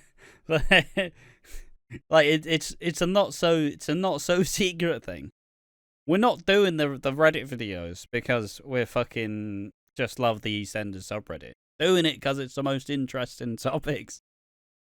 Fuck's sake. Yeah. So I can't not read them. I'm only reading them during the videos, for fuck's sake. I like to imagine you reading them at night, just. No, it's just I'll look through a thread if I'm like preparing to make a video. Like that's it. Fucking yeah, that's how the sausage is made. That's why I complain about the EastEnders subreddit, because every day of the fucking week we spend about 4 hours recording videos talking about people's comments. I can't just not look at it. Will we eventually run out of ideas? I mean, how many ideas have we actually thought of in the last fucking like? No, I mean on Reddit, because you can only do so much until you thread your same path. I mean, yeah, at some point. Not got there yet. Yep. And then it'll be on me to think of the ideas, won't it? Fucking prick. You don't know how good you got it. Oh, Playmobil say. Exactly. Might have you Playmobil. Fucking I love this you, podcast has been an Playmobil absolute fucking century. It's been 1 hour 40. Fuck me. Alright, it's fucking rattle through it all. I love you, Playmobil said. I just can't quit you. Suki believes it's all over now, but obviously Nish is still fucking sticking around. They all decide to wash their hands of him, and they have a family vote, and Eve is also included in the family vote, which is very cool. Naga, Avani, and Priya opt for Nish as Vinny, Eve, Suki, and Ravi all agree it's a lost cause, suggesting Nish wouldn't have a second thought if Suki or Ravi were ill. Nish makes an emotional plea saying that he wants to spend his last time left with his family, but gets a frosty reception. But they agree it's all too late to make things right. He says he'll do everything till his last breath, spend it with his family. He explains he did everything for Suki because he was blinded by his love for her, and yeah, the kids are on Nish's side, but the adults remain unchanged. He falls to his knees and starts crying, begging for forgiveness, but all he gets is Ravi telling him to leave. Zach and Ravi talk about Nish, and Zach explains if his kid turned her back on him, it would kill him. Ravi doesn't seem to agree, and he essentially goes, "Yeah, fuck off right now. Can't fucking deal with you right now, you little bastard." I'm unhappy with Zach in this scenario. Why? Well, he said kid. You don't have a kid. You have two. You gobshite. You're supposed to say kids. Yeah, he's not even acting. He's not even acting as if Britney's is he? That's a shoot. Yeah. That's a shoot, brother. He said, "I only have one fucking kid," and that's her name is Dolly. Yeah, that Britney, that fucking bitch ruined my family. 12, 13-year-old or whatever the fuck. I don't know, sure. I don't know if anyone noticed that, but if you watch, I didn't notice it. Yeah. If you watch Zach's scenes where he says "kid," you like when you're talking about, like, I'd assume when your mother talks about you and your brothers and sisters, she doesn't go, "Oh, I only have one kid," or "I have Definitely 4 not. kids." No. Yeah. She goes, "I have 5 or 4 kids." Yeah, No, exactly. I understand. Oh, he's not actually her biological father. Yeah, usually when that's being mentioned, she usually just gets to make the joke like, "Oh Jesus, they're all old now." Like, But you know, yeah, you could have lived my kid. yeah. I think it is very true to Zach just being like, fuck them kids. Dolly is the only one I care about. Where the fuck am I at? Oh, this is the last page. Banging. Where the fuck am? Oh, yeah. So Ravi is like, "Yeah, Zach, take a couple of days off. Just, I don't want to fucking look at you right now." So he's not agreeing with him. And Ravi doesn't seem to agree and reminds Zach to take a few days off. Ravi does end up reading up about Nish's condition, though. And it turns out that Nish is selling the cafe. And it's going straight back to Kathy for a fucking £1. Now, my question I pose to you: do you think this is now? He didn't give up actual paperwork. He just had No. He signed over the paperwork properly. So wait, it's genuine. He's not going to fuck her over in the end. As far as we can tell, he genuinely signed over the cafe to Kathy for £1. I thought, I know it wouldn't make sense, but I thought, like they did the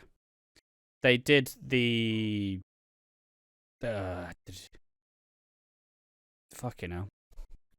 They did the paperwork in the pub later in the week. I thought, like when you go into a restaurant when you're a child and they have like this little crossword or like, "Oh, find Mr. Bear in the maze." I fucking love if he had one of those and he just had calf, CAFE in capitals. And just like, there you go. Fucking sign that on a little like shitty fucking child finding Mr. Bear. Fucking crossword fucking puzzle. Yeah, but yeah, like I'm pretty sure. Apparently, this isn't even the first time this has happened. Is it not? Like, apparently, Kathy's bought the cafe for £1 before. Oh, I don't know. I didn't fact check it, but that, like, apparently it happened. Could be bullshit. I think I read it on Twitter somewhere. And yeah, Ravi, Vinny, and fucking Suki, they're all angry, despite. It's like, all right, we're washing our hands with you. Why'd you cut us out of the will? You said you were done with me. I mean, yeah, they're in the wrong.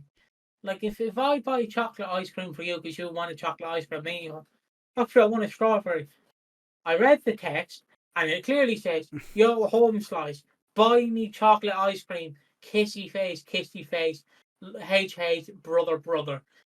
That's actually just Okay, you sending a message to yourself, but you call it me. I don't want chocolate ice cream. And then you're like, "I want a strawberry." And I'm like, "Yeah, look at the text." But yeah, it's just like, You were cut out of the whale, and then you It's just complained that you were someone in on it. someone on the Reddit put it perfectly. It was just like, "You'll cut me out of the wheel," shocked Pikachu face. Just fucking what? It's like you fucking knew this was gonna happen. You knew this was gonna happen, for fuck's sake. Is he giving it all to his grandkids? No. He said he's rewritten the will and he's given it all to the Good Vada, which is the Sikh like religious temple. But I probably butchered the name, but I tried. And yeah, I specifically wrote they all pull this shocked Pikachu face, which is very funny. Nish says he plans on putting the businesses up for sale, and please do it. The temple suggested that he make the Nish Panesar Foundation. Come on, it'd be so perfect for how much of a prick he is. It'd be so good. I'm gonna make a charity because I'm so fucking charitable. Just please. I love it. Oh, he gets like a birthday cake, but on the birthday cake's like his face. Congratulations, you set up your own charity, and it's just his face eating ice cream or eating cake. He's probably not a cake man. Let's be honest. He's more probably of a bun he's man. also fucking. There's also, for his charity, he would set up the charity and get that six figure salary as well. Just fucking, yeah, I'm really charitable. 6 mil to my bank account, please. This is sad. You know what would remind me of? Have you ever heard of these fucking priests in America where they're like highly rich, but they claim to be a person of God? Yeah. And there's this one priest, and I can't say the C word, but he's a creepy bollocks. Where it's like, oh, why don't you fly coach? And he's like, the devil's on the coach. I only fly private because the devil's on the coach. And I'd have to pray everyone. I'd have to bless everyone on the plane. In and front, back and front. And I'm like, yeah, that's what Nish reminds me of. He reminds me of that priest in America. Like he was driving these private cars, getting on private planes because he couldn't be seen with the poor people. I'm like, if God is real, mate, clearly would want you being with the poor people, considering what Jesus was. You know, he was Jewish and he was poor. So I'm just saying. But I'd love Nish just being like, I can't fly, I can't go on this plane. Well, you have a bad heart? No, all these poor people, I need to be by myself. Oh, can we get him meeting Pope Francis for his charity? Just But yeah, he pits Vinny and Ravi against one another and eggs on the kids, saying he'll leave Walford until the kids give Ravi some home truths. Ravi shows up with Avani and Nugget for Nish's doctor's appointment. They explain that his quality of life will go down, and he's just very touched by the kids' support. I will say, we've not seen him actually cry. So it could all just be an act. I can be like, oh, I'm so fucking sad. Fucking, it's like that kid crying that's what Nish should do each time. Fucking, just imagine that. It's Everett beautiful. Fucking hilarious. So we don't actually know if he's being reasonable about it. And Ravi is allowing Nish to stay with him and the kids. And Ravi started to believe that the old Nish is gone. And then he kind of talks to Vinny look, now I can look back after he dies and actually say I did the right thing and I'm nothing like him. Which is yeah, good move. Good move. And as Ravi falls, so does Vinny right into his arms. And Suki has a great line where it's like, when the time comes, I'll be dancing over your ashes. Beautiful line. How can you be on crutches, love? Fucking twirling around on the crutches. You know how it is. I'm a little princess, look at me go. And I say, Nish keeps manipulating Vinny. And, mate, I wrote it's like Game of Thrones, which has nothing to do with the fact that I watched a bit more Game of Thrones last week. But also, it's kind of like, yeah, Vinny, you're becoming a man now. You're making the right moves. I'm proud of you, son. And then don't you worry, because Vinny's actually playing Nish. It's the long con.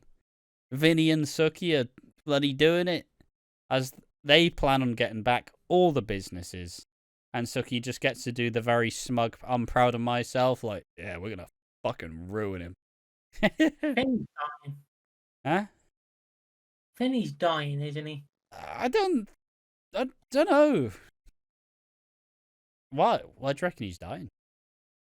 It just seems a bit like Nish is gonna, he's gonna smell the fish before it's found. You know, where he's gonna obviously know something's wrong with Finney, and then obviously be like, "Yeah, Finney, you don't give a shit about me, do you? You little twat."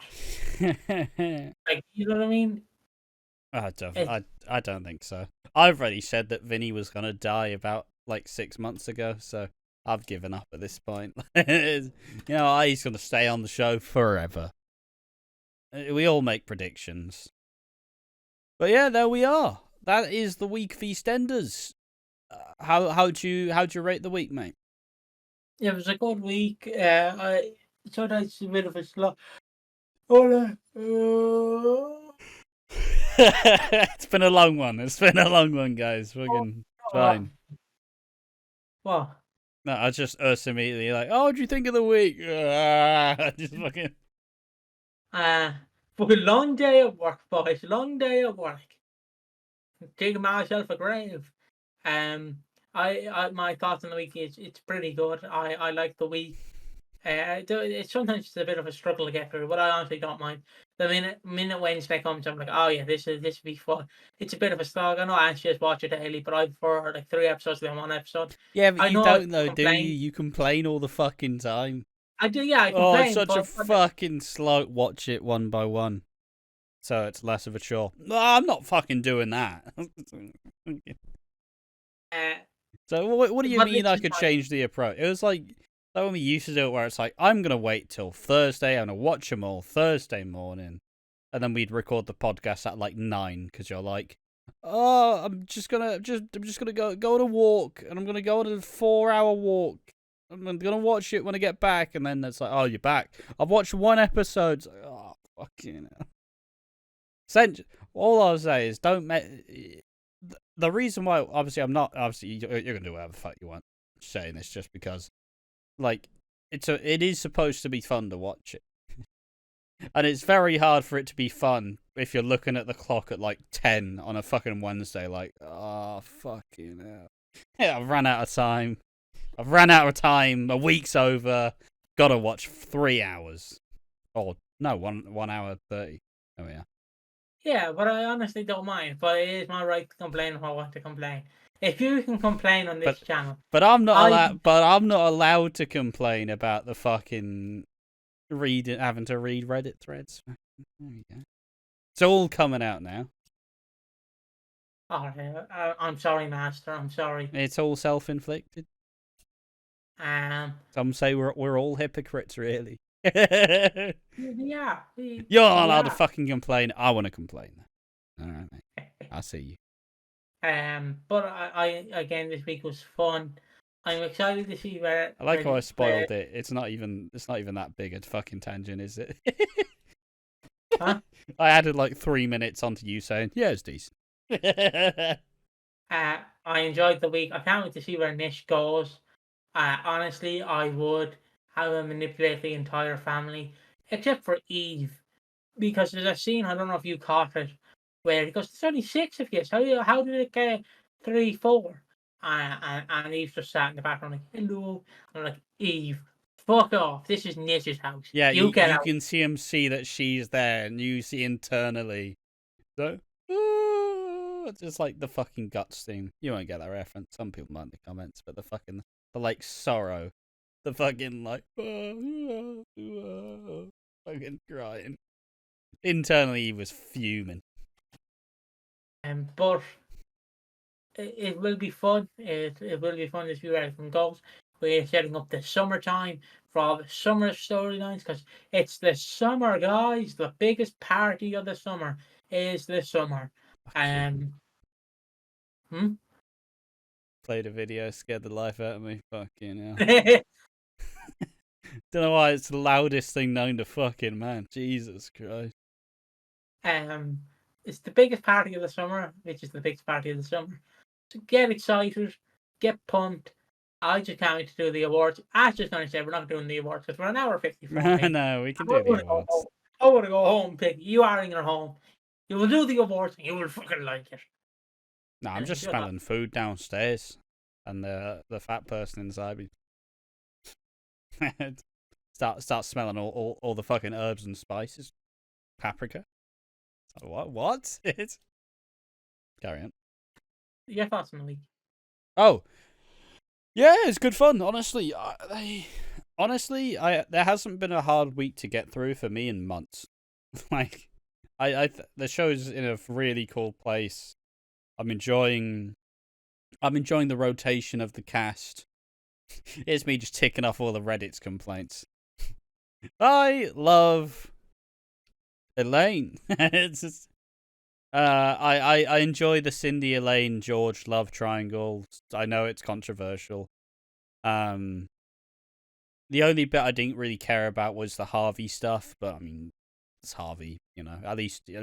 I mean, hey, someone said putting Harvey on the screen would fix EastEnders, so it's happening. It's fixing. No, it was a solid week. Like I said, it's a lot more fun to just watch it through daily. As much as it does feel like a bit of a chore, it is still good fun to just you blast out like 25 minutes and you're like, I'm fucking done. Like me thinking of watching it like 3 on a Wednesday, I'm just like, no, that's too much. I can't sit through 3 episodes. Yeah, no, solid week. Enjoyed it. Looking forward to the next one. I do wonder what the next like big week's gonna be. Because the 6 has been on the down low for a hot minute. Like, I do wonder what the next kind of really explosive week will be. It feels like the George, Elaine, Cindy stuff has to go into like the next gear relatively soon. I guess that'll probably be the next big thing. Also say that we did just come off of Whitney's wedding, which was very explosive, and her exit was very explosive, so I don't know what the fuck I'm talking about. What are you drinking there, mate? Oh, Nothing. I thought you were going to say you're frozen. I'm not frozen. Oh, that what you were going for? Yeah, because of frozen Fanta. I was drinking nothing. Yeah, I know. I was just like, well, yeah, exactly. That was the response I wanted. What are you drinking? Nothing. Yeah, I see you. I see you, mate. I know. I feel the struggle. Yeah, my water's ran out too.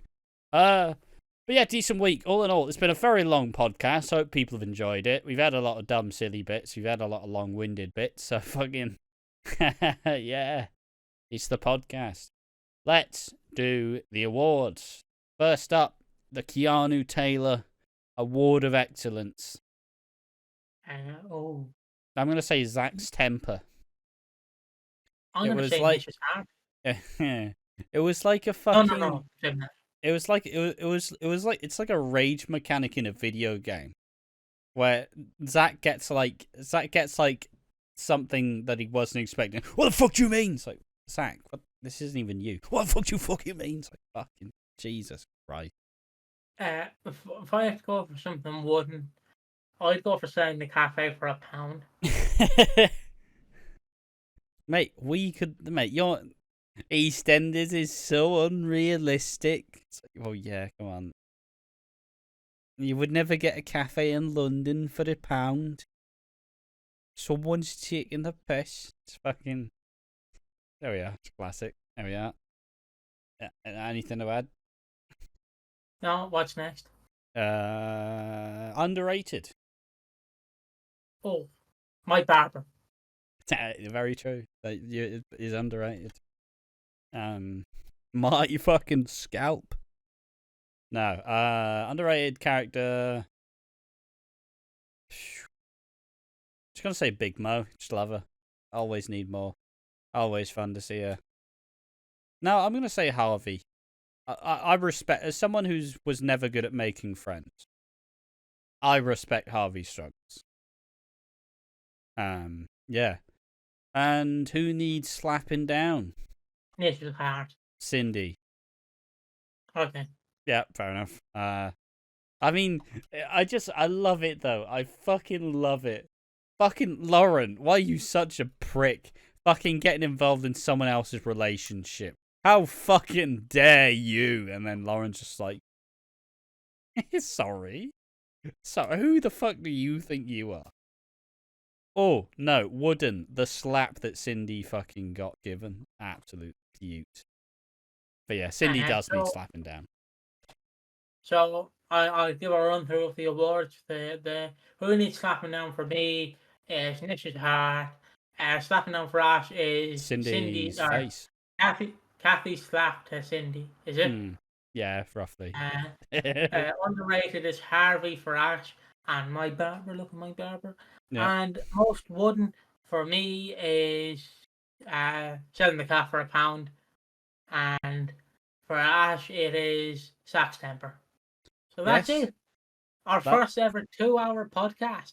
Let's go. Is it actually the first ever one? It has to be. It's up there. It's up there. I mean, to be fair, between this and... I don't know. I think the last couple of podcasts have just been really long. I don't even know why. I've just been really engaged. I've just been taking too many notes, apparently. I think that's the crux of the fucking issue.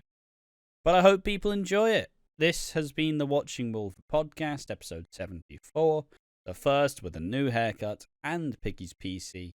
Working as intended. We're back. It's exactly how it's supposed to be. We're here. We're in living colour. Thank you all for watching the podcast. If you want to support us, make sure to like the video, subscribe, and leave a comment telling us what you thought about the week of EastEnders. We also have a Clips and a TikTok channel. Go over to there, tiktok.com/watchingwalford. Don't even know if people use TikTok in the browser, just on the app, right? Again, we have a Clips channel, youtube.com/watchingwalford clips. We have some fun little stupid videos coming out on there.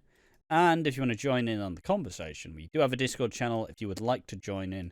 Usually once a week, Piggy goes through on the Wednesday night and says, hey, everybody, what do you think of the episodes? And it usually has a lovely little nice chat. I usually get involved. I've just been busy as fuck last couple of weeks. So, yeah. Thank you all for watching the podcast. We've been watching Walford. Join us on the next one. See you then. Bye-bye.